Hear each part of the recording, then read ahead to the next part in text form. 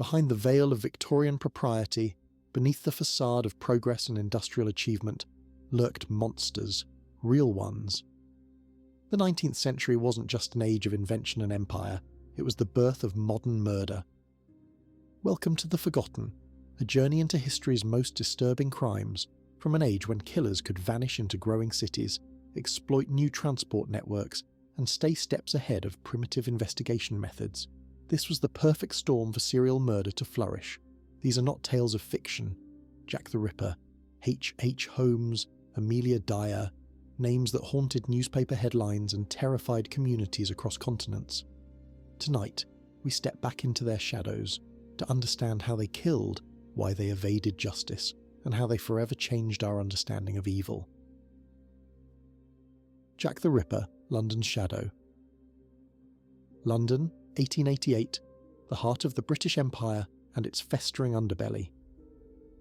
In the impoverished district of Whitechapel, where desperation and vice wove through overcrowded tenements, a predator emerged. 5 women, 11 weeks, one killer who would become the archetype of the modern serial murderer.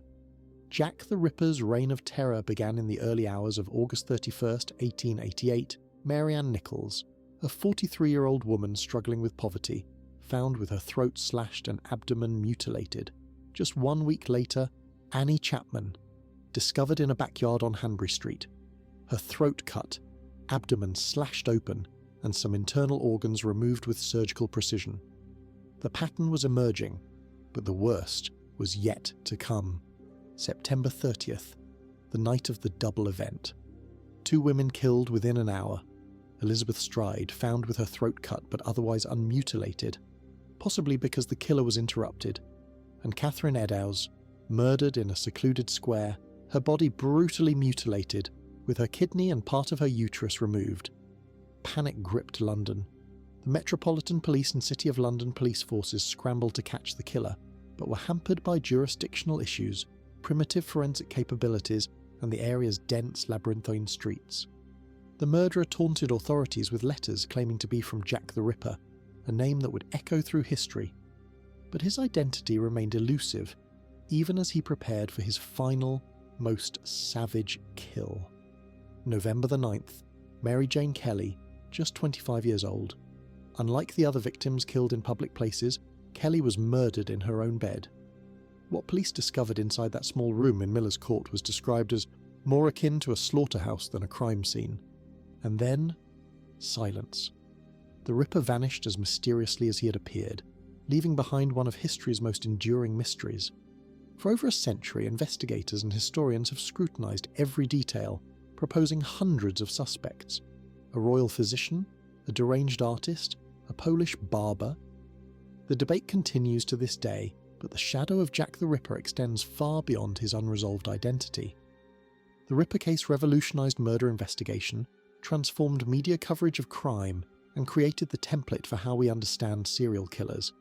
In his bloody wake, policing would never be the same.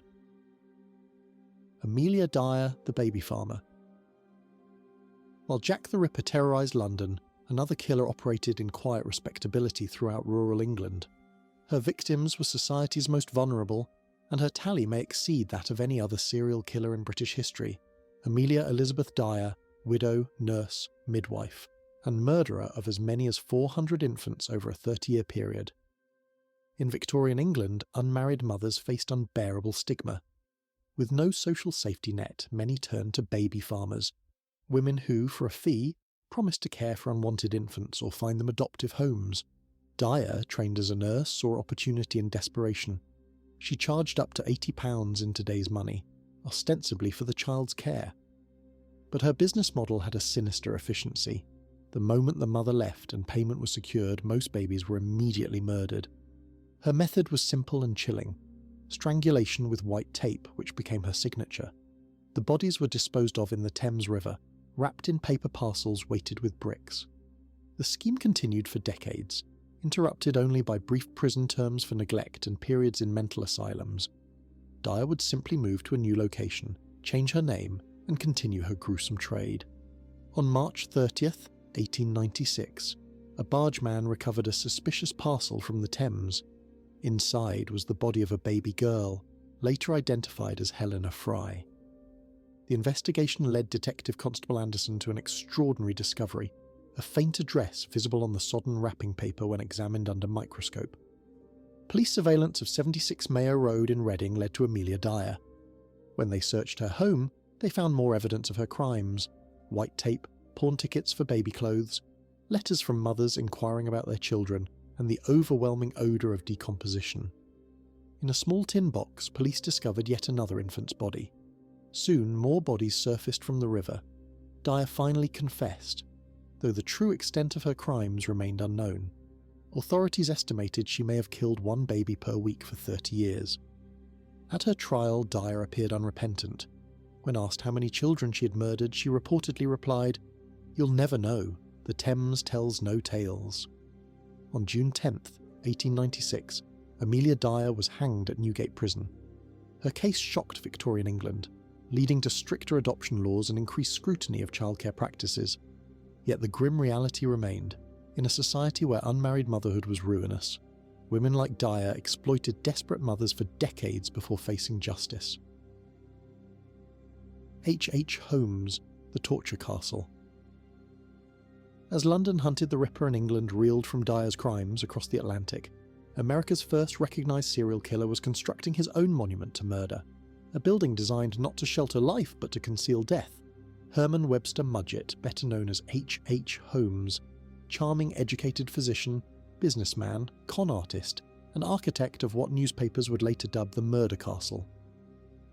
Between 1887 and 1891, Holmes constructed a 3-story building in Chicago's Englewood neighbourhood. From the outside, it appeared to be merely a pharmacy with rental rooms, but inside lurked a labyrinth designed for killing. The upper floors contained over 100 windowless rooms, doorways opening to brick walls, stairways leading nowhere, and corridors ending in dead ends. Some rooms were sealed and connected to gas lines that Holmes controlled from a master panel. Others were equipped with alarms to alert him if guests tried to escape. Most sinister were the chutes leading from upper floors directly to the basement, where Holmes had installed acid vats, quicklime pits, and a crematorium. This wasn't just a building, it was a machine engineered for murder. When the 1893 World's Columbian Exposition brought thousands of visitors to Chicago, Holmes's castle was ready. He advertised rooms for rent, particularly targeting young women arriving alone in the city, many of whom were never seen again. Holmes' known victims included his mistress Julia Connor and her daughter Pearl, his secretary Emmeline Seagrand, and sisters Minnie and Nanny Williams, whose property Holmes coveted. But these confirmed victims may represent only a fraction of his true body count. Holmes's downfall began with an insurance scam. In 1894, he murdered his business partner Benjamin Pittezel as part of a $10,000 fraud scheme. Not satisfied with this single murder, Holmes then convinced Pittezel's widow to let 3 of her children travel with him. Holmes took Howard, Nellie and Alice Pittezel on a twisted journey across the United States and into Canada. One by one, the children disappeared. Howard was found dismembered in an Indianapolis house, while the girls' bodies were discovered buried in a Toronto cellar. Arrested in Boston on November 17, 1894, Holmes initially faced only fraud charges. But as investigators dug deeper, the horrifying scope of his crimes emerged. While officially convicted of only Benjamin Pittezel's murder, Holmes confessed to 27 killings, though he later claimed the true number exceeded 130. On May 7, 1896, H. Holmes was hanged at Philadelphia's Moyamensing prison. His final request was that his body be buried in concrete to prevent dissection, a curious concern for a man who had dissected so many others. Holmes' Murder Castle burned under mysterious circumstances in 1895. All that remained was the first-floor pharmacy. The site is now occupied by a post office, though some claim strange sounds still emanate from its basement, echoes perhaps of horrors buried in American history. The Bloody Benders, America's killer family. While H. Holmes operated in Chicago's urban shadows, another American horror unfolded on the vast frontier. In Kansas's newly settled Labette County, a family of 4 established a small inn and grocery along the Osage Trail in 1871. Few who stopped there ever continued their journey. The Bender family, Father John, Mother Almira, son John Jr., and daughter Kate, offered weary travellers a meal and a place to rest. Their cabin was divided by a canvas curtain, the front a small grocery and dining area, the back their private living quarters. Kate, the most charismatic family member, advertised herself as a spiritualist and healer. Young, attractive, and educated, she drew in travellers with promises of séances and healing sessions. Meanwhile, her family members spoke broken English and remained notably unfriendly. Their killing method was meticulously planned. A guest, usually a man travelling alone with money, would be seated at dinner with his back to the canvas curtain. The seat of honour was positioned directly above a trapdoor. During the meal, one of the benders would emerge from behind the curtain and strike the victim's head with a hammer. The throat was then cut to ensure death. The body would be dropped through the trapdoor into the cellar below. Later, under cover of darkness, the benders would bury their victim in the orchard behind the cabin, often after stripping them of valuables. Their undoing began with the disappearance of Dr. William York, who vanished while searching for 2 other missing men. His brother, Colonel Alexander York, a prominent Kansas state senator, visited the benders while investigating his brother's disappearance.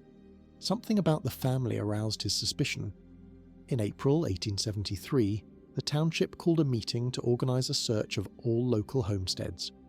When the benders' turn for inspection approached, they fled, disappearing into the night. What searchers found at the abandoned bender property horrified even the hardened frontiersmen. In the orchard behind the cabin, the earth had been disturbed in numerous places. As they dug, body after body emerged, at least 11 victims, though some estimates suggest the true count was as high as 21. All victims showed the same pattern: hammer blows to the skull and slashed throats. The cellar floor was soaked with blood. Among the dead was Dr. William York, whose brother's persistence had finally exposed the killers. A massive manhunt ensued, with rewards totaling $3,000, a fortune at the time. The Telegraph spread descriptions of the benders nationwide. Yet despite one of the most extensive manhunts in frontier history, the family seemingly vanished into thin air. Theories about their fate abound. Some believe vigilantes captured and killed them, burying their bodies in unmarked graves. Others suggest they escaped to another frontier territory, or even fled to Europe. Despite numerous reported sightings and arrests of suspects across decades, the bloody benders were never found, becoming one of the American frontier's most enduring mysteries. Their cabin was torn down by souvenir hunters, and their land eventually reclaimed by the prairie. In recent years, archaeological excavations have uncovered new evidence at the site, but the ultimate fate of America's first serial killer family remains unknown, a blood-soaked legend of the Wild West. Foreign devils, global Victorian killers. Serial murder wasn't confined to Britain and America. The Victorian era saw the emergence of ritual killers across the globe, each moulded by their own cultural context but sharing disturbing similarities. Joseph Vacher, the French Ripper. In the pastoral villages of France, Joseph Vacher wandered as an itinerant worker from 1894 to 1897. Instantly recognisable by the facial paralysis caused by a failed suicide attempt, Vacher brutally murdered at least 11 people, both male and female victims, across rural France. Vacher's victims were shepherds and farm workers, often teenagers, whom he encountered in isolated locations. His attacks were frenzied and sexual in nature, frequently involving dismemberment and bite marks. Unlike urban serial killers, Vacher exploited the vast French countryside, disappearing across provincial boundaries after each murder. His capture in 1897 after an attempted assault led to one of the first modern psychological evaluations of a serial killer. Forensic pioneer Alexandre Lacassagne conducted extensive examinations determining that despite Vacher's claims of insanity, he was legally sane and responsible for his actions. Vacher was executed by guillotine on December 31, 1898, but his case established important precedents in criminal psychology and the scientific approach to understanding serial murderers. Juan Díaz de Garallo, Spain's Sacamantecas. In the Álava province of Spain, an ordinary-looking farmer named Juan Díaz de Garallo terrorized the region between 1870 and 1879. Known as El Sacamantecas, the fat extractor, Garallo targeted women walking alone on rural roads. Garallo's early victims were prostitutes, but he soon escalated to attacking any woman he encountered alone. His crimes were marked by extreme sexual violence and disembowelment. The nickname Sacamantecas came from regional folklore about monsters who extracted human fat for magical purposes, a superstition Garallo deliberately played into to misdirect authorities. Captured in 1879 after a witness recognised him, Garallo confessed after 12 days of interrogation. His trial became a focal point for emerging theories of criminal behaviour, with doctors examining him for physical signs of criminal tendencies.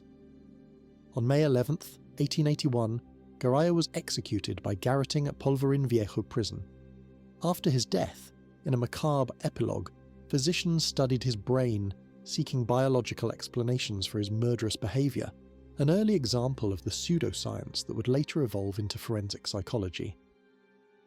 Victor Ardisson, the Vampire of Mouy. Not all Victorian killers targeted the living. In the small Provençal town of Le Mouy, France, Victor Ardisson violated the sanctity of death itself. While not technically a murderer, his necrophilic crimes disturbed even hardened investigators. Ardisson, the town's gravedigger, desecrated numerous graves between 1900 and 1901, primarily targeting recently buried young women and girls. He would take corpses to his attic, engage in sexual acts with them, and sometimes kept body parts as souvenirs. His crimes were discovered when neighbours complained about the smell emanating from his home. Police found the decomposing body of a 3-year-old girl in his attic, leading to his arrest. Psychiatrist Alexis Epillard examined Ardisson, writing his doctoral thesis on this case, one of the first medical studies to associate necrophilia with vampirism. Unlike other killers in our survey, Ardisson was found insane and confined to the Pierre Feu du Var asylum until his death in 1944. His case represented a turning point in psychiatric history, the first time a necrophile was treated as a medical rather than criminal case, allowing for clinical study of this rare paraphilia. Cayetano Domingo Grossi, Argentina's family horror. In cosmopolitan Buenos Aires, Cayetano Domingo Grossi, an Italian immigrant working as a carter, committed crimes within his own household that shocked Argentine society. Between 1896 and 1898, Grossi systematically raped his 2 stepdaughters, Clara and Catalina, and murdered the resulting infants. The crimes came to light when a bag containing an infant's remains was discovered at a waste facility in Buenos Aires. Police traced the garbage cart to Grossi's neighbourhood and established surveillance. Upon searching his home, they discovered another infant's body in a tin box. Grossi eventually confessed to murdering 5 babies, his own children born of incest. The case sparked widespread outrage in Argentine society, reflecting the strong Catholic values of the time. On April 6, 1900, Grossi was executed by firing squad, becoming Argentina's first documented serial killer. His case, while less known internationally than others of the era, represents how Victorian morality often concealed domestic abuse and familial violence behind closed doors. The dawn of detection. The Victorian era's parade of killers didn't just leave a trail of victims, they forced the birth of modern criminal investigation. Each case we've examined exposed fatal flaws in existing systems and demanded new solutions. Before Jack the Ripper, police relied primarily on witness testimony and physical evidence observed with the naked eye. The Ripper's evasion of capture highlighted critical weaknesses: no coordinated approach to crime scenes, poor communication between jurisdictions, and minimal scientific analysis. Mary Kelly's murder marked one of the first uses of photography at a crime scene in a serial murder investigation. Though primitive by today's standards, these images began the transformation of evidence collection. Dr. Thomas Bond's attempt to create a profile of the Ripper based on crime scene evidence represented one of the earliest efforts at what we now call criminal profiling. Bond concluded the killer likely had anatomical knowledge and a cool, calculating demeanour, setting the template for future profiling efforts. The Amelia Dyer case demonstrated how microscopic evidence examination could break a case wide open. When Detective Constable Anderson examined the sodden wrapping paper that had contained Helena Fry's body, he discovered a faintly visible address, the crucial lead that led police to Dyer's doorstep.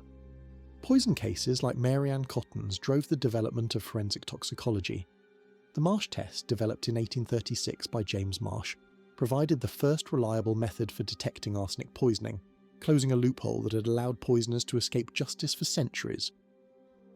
Holmes' capture required unprecedented interstate cooperation, with the Pinkerton Detective Agency using the telegraph to coordinate investigations across multiple jurisdictions. This case demonstrated that in an age of increased mobility, criminal investigation had to transcend local boundaries. In France, Joseph Facher's psychiatric evaluation by Alexandre Lacassagne pioneered the scientific approach to understanding criminal minds. Lacassagne's methodical documentation and analysis set new standards for criminal psychology. Today's forensic science, from DNA analysis to geographical profiling to behavioural analysis, can trace its lineage directly back to these Victorian cases. Each killer exploited gaps in the system. Each investigation struggled to adapt, and from these bloody lessons, modern criminal investigation emerged. As the gaslight age gave way to electric illumination, so too did intuition-based policing yield to scientific detection. The Victorian era's most notorious killers didn't just take lives, they forced society to develop new tools to protect itself. In death, their victims became unwitting catalysts for a safer future. The Victorian age created perfect conditions for serial killers to emerge and flourish. Growing cities providing anonymity, inadequate policing methods, limited forensic capabilities, and social conditions that created vulnerable victims. Yet from this darkness came light. Each case we've examined contributed to the development of modern criminal investigation techniques. The bloody legacy of these killers is not just one of horror, but of progress, each crime revealing critical flaws that demanded solutions. Jack the Ripper, Amelia Dyer, Holmes, the Bloody Benders, and others across continents, these weren't supernatural monsters, but human predators who exploited systemic weaknesses and social vulnerabilities of their time. Our continued fascination with these Victorian killers isn't merely morbid curiosity. These cases mark the birth of our modern understanding of serial murder and the systems developed to combat it. By studying them, we glimpse the origins of contemporary criminal psychology, forensic science, and investigative methods. The shadows of the Victorian age have never fully receded.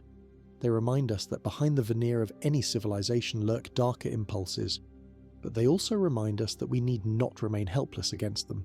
From history's darkest chapters come our most important lessons. If you liked this compilation, make sure to subscribe to our channel and enable the notifications to get notified of new videos.